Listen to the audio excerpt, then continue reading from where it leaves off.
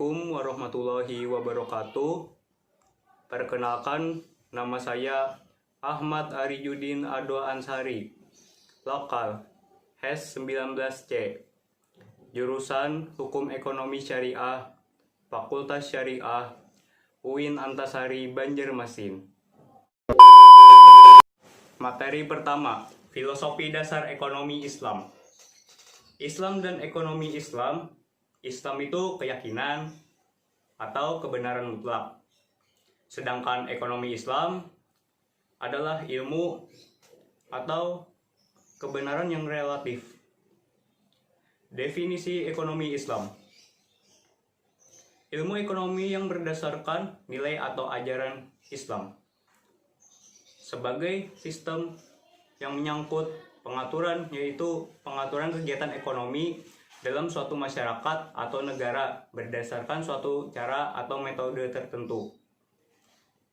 Perekonomian umat Islam. Kegiatan usaha ekonomi syariah menurut undang-undang antara lain: 1. Bank syariah. 2. Lembaga keuangan mikro syariah. 3. Asuransi syariah. 4. Reasuransi syariah. 5. Reksadana syariah. 6. Obligasi syariah dan surat berharga berjangka menengah syariah. 7. Sekuritas syariah. 8. Pembiayaan syariah. 9. Pegadaian syariah. 10. Dana pensiun lembaga keuangan syariah. 11. Bisnis syariah. Karakteristik ekonomi Islam, yaitu sumber daya merupakan kepemilikan mutlak dari Allah. Kepemilikan pribadi, yaitu Islam mengakui kepemilikan pribadi. Adanya kerjasama. Ekonomi Islam menggunakan modal kerjasama. Akumulasi dan konsentrasi kekayaan. Ekonomi Islam menentang adanya akumulasi dan konsentrasi kekayaan pada sekelompok individu atau golongan. Prinsip ekonomi Islam. 1. Tauhid. 2. Persaudaraan. 3. Bekerja dan produktivitas. 4. Distribusi kekayaan yang adil. Tujuan ekonomi Islam. 1. Pemenuhan kebutuhan dasar manusia meliputi pangan, sandang, papan, kesehatan, dan pendidikan. 2. Memastikan kesetaraan kesempatan untuk semua orang. 3. Mencegah terjadinya pemusatan kekayaan dan meminimalkan ketimpangan dana distribusi, pendapatan, dan kekayaan di masyarakat. 4. Memastikan kepada setiap orang kebebasan untuk mematuhi nilai-nilai norma. 5. Memastikan stabilitas dan pertumbuhan ekonomi. Adapun filosofi ekonomi Islam antara lain: 1. Asas suka sama suka. 2. Asas keadilan. 3. Asas saling menguntungkan. 4. Asas saling tolong menolong. Materi selanjutnya, sumber hukum ekonomi Islam. Sumber hukum yaitu segala sesuatu yang melahirkan atau menimbulkan aturan yang mempunyai kekuatan yang bersifat mengikat. Sumber hukum Islam yaitu segala sesuatu yang dijadikan pedoman atau yang menjadi sumber syariat Islam. Sumber hukum ekonomi Islam yaitu segala sesuatu yang menjadi pedoman untuk menggali suatu hukum dalam bermuamalah. Sumber hukum dalam Islam yaitu sumber hukum primer, terdiri dari Al-Quran dan hadis. Sumber hukum sekunder terdiri dari ijma, qiyas, istihsan, masalah mursalah, dan uruf.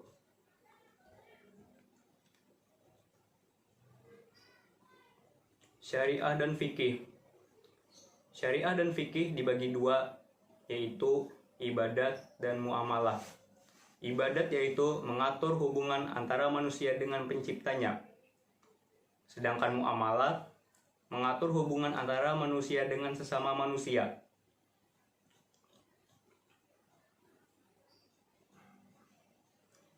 Kaidah-kaidah fikih dalam ekonomi Islam. 1. Pada dasarnya, setiap bentuk muamalah adalah dibolehkan kecuali jika terdapat larangan dalam Al-Quran dan Sunnah. 2. Hanya Allah lah yang berhak mengharamkan dan menghalalkan sesuatu hal. Manusia hanya memiliki hak untuk beristihad, yaitu menafsirkan atas apa yang dijelaskan oleh Al-Quran dan Sunnah. 3. Tujuan atau niat baik tidak dapat membuat yang haram menjadi halal. 4. Sesuatu yang menyebabkan kepada yang haram adalah haram. 5. Sesuatu yang bersifat najis dan merusak harkat manusia dan lingkungan adalah haram. 6. Halal dan haram adalah berlaku bagi siapapun yang muslim, berakal, dan merdeka. Materi selanjutnya yaitu ekonomi Islam dan ekonomi konvensional. Ekonomi konvensional. 1. Sistem perekonomian yang memberikan kebebasan secara penuh kepada setiap orang untuk melaksanakan kegiatan perekonomian. 2. Pemerintah bisa turut ambil bagian, tetapi bisa juga pemerintah tidak ikut campuran dalam ekonomi. 3. Setiap warga dapat mengatur nasibnya sendiri sesuai dengan kemampuannya. 4. Semua orang bebas bersaing dalam bisnis untuk memperoleh laba sebesar-besarnya, serta melakukan kompetisi untuk memenangkan persaingan bebas dengan berbagai cara. Bagian ekonomi konvensional. 1. Sistem ekonomi kapitalis. 2. Sistem ekonomi sosialis.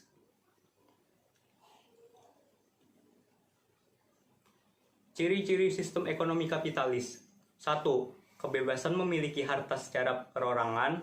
2. Persaingan bebas atau free competition. 3. Kebebasan penuh. 4. Mementingkan diri sendiri. 5. Mekanisme harga sebagai penentu. 6. Campur tangan pemerintah yang minimum. Karakteristik sistem ekonomi kapitalis. 1. Kesejahteraan. Ekspansi kekayaan yang dipercepat, produksi yang maksimal, pemenuhan keinginan menurut preferensi individu. 2. Inisiatif individu. Kebebasan individu, kepentingan diri sendiri, yaitu untuk pengelolaan kekayaan pribadi. 3. Tidak menyukai peran pemerintah. 4. Menelayani kepentingan sendiri. Kelebihan sistem ekonomi kapitalis. 1. Mampu mendorong aktivitas ekonomi serta secara signifikan karena setiap individu selalu berusaha untuk melakukan aktivitas ekonomi yang paling efisien bagi dirinya dan kelompoknya. 2. Persaingan bebas akan mewujudkan produksi dan harga ke tingkat wajar yang rasional. 3. Mendorong motivasi pelaku ekonomi mencapai prestasi terbaik. Kekurangan sistem ekonomi kapitalis. 1. Terjadi penumpukan harta pada sejumlah individu atau kelompok. 2. Individualisme. 3. Memunculkan distorsi. 4. Pertentangan antar kelas. Sejarah sistem ekonomi sosialis. Paham ini lahir dari seorang Jerman bernama Karl Marx pada tahun 1848 yang sangat kecewa terhadap sistem ekonomi kapitalis yang dianggapnya telah menyengsarakan rakyat banyak. Ciri-ciri sistem ekonomi sosialis. 1. Kepemilikan harta sepenuhnya dikuasai oleh negara. 2. Setiap individu memiliki kesamaan kesepakatan dalam melakukan aktivitas ekonomi. 3. Disiplin politik yang tegas dan keras. 4. Tiap warga negara dipenuhi kebutuhannya. 5. Proyek pembangunan dilaksanakan oleh negara tanpa memberikan kesempatan bagi swasta untuk mengolahnya. Kelebihan sistem ekonomi sosialis. 1. Nasib kaum lemah sangat diperhatikan. 2. Tidak terjadi pengangguran di dalam masyarakat. 3. Terciptanya kemakmuran yang merata. Kekurangan sistem ekonomi sosialis. 1. Menghilangkan kebebasan untuk berkreasi dari warga negaranya. 2. Kepemilikan individu tidak diakui. 3. Hilangnya motivasi bekerja dari warga negara. 4. Penguasaan harta oleh negara mengakibatkan penumpukan harta dan modal pada kelompok pengusaha.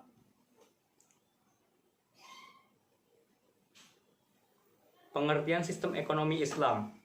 Ilmu ekonomi yang dilaksanakan dalam konkret penerapan ilmu ekonomi sehari-hari bagi individu, keluarga, kelompok, masyarakat, maupun pemerintah atau penguasa dalam rangka mengorganisasi faktor produksi, distribusi, dan pemanfaatan barang dan jasa yang dihasilkan. Tunduk dalam peraturan atau perundang-undangan Islam. Sejarah sistem ekonomi Islam. Secara umum, lahirnya ide tentang sistem ekonomi Islam didasarkan pada pemikiran bahwa sebagai agama yang lengkap dan sempurna, Islam tentulah tidak hanya memberikan penganutan aturan-aturan soal ketentuan dan iman, melainkan juga jawaban atas berbagai masalah yang dihadapi oleh manusia, termasuk ekonomi. 2. Sistem ekonomi Islam hadir jauh lebih dahulu dari kedua sistem yang dimaksud di atas, yaitu pada abad ke-6, sedangkan kapitalis abad ke-17 dan sosialis abad ke-18. Dalam sistem ekonomi Islam, yang ditekankan adalah terciptanya pemerataan distribusi pendapatan. Kelebihan sistem ekonomi Islam. 1. Nilai-nilai yang tertanam dalam sistem ekonomi Islam sangat kuat. 2. Sangat memperhatikan kepemilikan individu. 3. Negara merupakan salah satu instansi penting dalam perekonomian. 4. Memiliki sistem yang baik bagi pemerataan dalam distribusi. 5. Setiap individu dalam sistem ekonomi Islam akan termotivasi untuk bekerja keras. Kekurangan sistem ekonomi Islam. 1. Masih belum sistematisnya pembahasan sistem ekonomi Islam secara keilmuan. 2. Sistem ekonomi Islam belum mampu memberikan pembahasan yang terstruktur secara baik seperti ekonomi konvensional.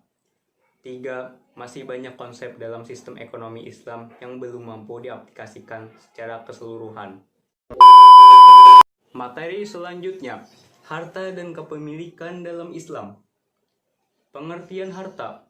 Menurut etimologi, sesuatu yang dibutuhkan dan diperoleh manusia, baik berupa benda yang tampak seperti emas, perak, binatang, tumbuh-tumbuhan, maupun yang tidak tampak seperti kendaraan, pakaian, dan tempat tinggal. Menurut ulama Hanafiyah, segala sesuatu yang dapat diambil, disimpan, dan dimanfaatkan. Menurut jumhur ulama, segala sesuatu yang bernilai dan mesti rusak dengan menguasainya. Pengertian kepemilikan. Hubungan syariat antara manusia dengan suatu harta yang memberikan hak mutlak kepada orang itu untuk melakukan pemanfaatan atau sesuatu itu dan mencegah orang lain untuk memanfaatkannya. Konsep kepemilikan harta dalam Islam.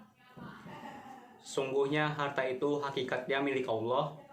Kemudian Allah telah menjadikan manusia berkuasa atas harta itu. Berarti segala pengaturan urusan harta wajib tunduk kepada hukum Allah, yaitu syariat Islam. Jenis kepemilikan dalam Islam. 1. Kepemilikan individu. 2. Kepemilikan umum. 3. Kepemilikan negara. Kepemilikan individu. Harta yang telah ditetapkan hak miliknya oleh Allah bagi individu untuk memanfaatkan benda. Benda-benda yang dapat dimiliki individu seperti rumah, mobil, dan uang. Adapun kepemilikan umum, harta yang telah ditetapkan hak miliknya oleh asy-syari bagi komunitas secara bersama-sama untuk memanfaatkan bendanya, seperti barang tambang, yaitu sumber alam,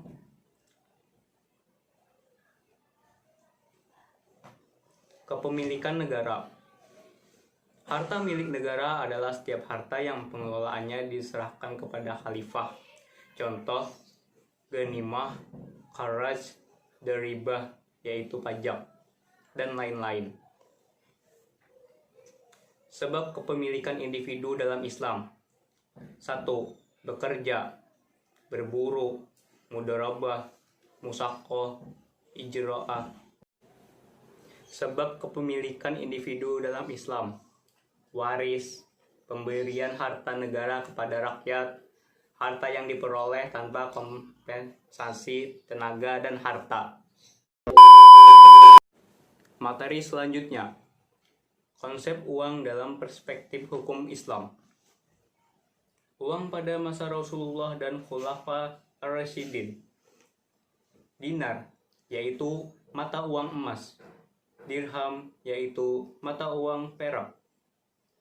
Zakat dinar 2,5% sama dengan 20 dinar. Zakat dirham 2,5% yaitu 200 dirham. Penawaran dan permintaan uang pada masa Rasulullah. 1. Nabi Muhammad mengimpor mata uang dinar dan dirham. 2. Dinar dari Roma dan dirham dari Persia. 3. Besarnya mata uang yang diimpor berbanding lurus dengan barang komoditi yang diekspor kedua negara tersebut dan wilayah di bawah kekuasaan keduanya. 4. Jika permintaan uang turun, maka komoditas yang akan diimpor. 5. Uang tidak dipenuhi dari keuangan negara, melainkan dari hasil perdagangan luar negeri. Uang pada masa dinasti Umayyah dan dinasti Abbasiyah. Masing-masing khalifah mengeluarkan uang baru. Berat mata uang dinar dan dirham berubah. Kandungan emas dan perak berbeda-beda antara wilayah. Nilai 1 dinar sama dengan 10 dirham. Transaksi di daerah Mesir menggunakan dinar, sedangkan transaksi di daerah Persia menggunakan dirham. Perkembangan mata uang masa dinasti Umayyah dan dinasti Abbasiyah, yaitu mengenal teknologi percetakan mata uang. Kaum muslimin mencetak uang sendiri dengan menggunakan nama pemerintahan Islam. Percepatan siklus uang. Siklus uang mempengaruhi stabilitas nilai uang dengan cara 1. Pemerintah memberikan aturan etika dagang dan penggunaan uang. 2. Larangan terhadap penimbunan uang untuk spekulasi. 3. Larangan praktik bunga bank. 4. Rasul mendorong masyarakat mengadakan kontrak kerjasama dan mendesak mereka memberikan pinjaman tanpa bunga. 5. Penghapusan sistem monopoli pasar, Ukaz dan Dulmaz yang dahulu dimiliki oleh kaum Quraisy. Fungsi uang menurut Abu Ubaid dan Ibnu Taimiyah, yaitu standar nilai pertukaran dan media pertukaran. Fungsi uang menurut Al-Makrizi. 1. Mata uang yang dapat diterima sebagai standar nilai terdiri dari emas dan perak. 2. Mata uang yang menggunakan bahan selain kedua logam ini tidak layak disebut sebagai mata uang. Fulus, tembaga. 48 fulus sama dengan 1 dirham dapat digunakan sebagai alat tukar terhadap barang-barang yang tidak signifikan dan untuk berbagai biaya kebutuhan rumah tangga sehari-hari. Barter dan revolusi uang menurut Al-Ghazali. 1. Problem barter dan kebutuhan terhadap uang. 2. Uang yang tidak bermanfaat dan penimbunan bertentangan dengan hukum ilahi. 3. Pemalsuan dan penurunan nilai uang. Jenis uang di Indonesia. 1. Uang kartal, yaitu uang kertas dan uang logam. 2. Uang giral, cek dan giro. 3. Uang kuasi, deposit berjangka, tabungan, dan sebagainya. Terima kasih telah menonton video dari saya. Semoga bermanfaat. Salah hilaf mohon maaf. Assalamualaikum warahmatullahi wabarakatuh.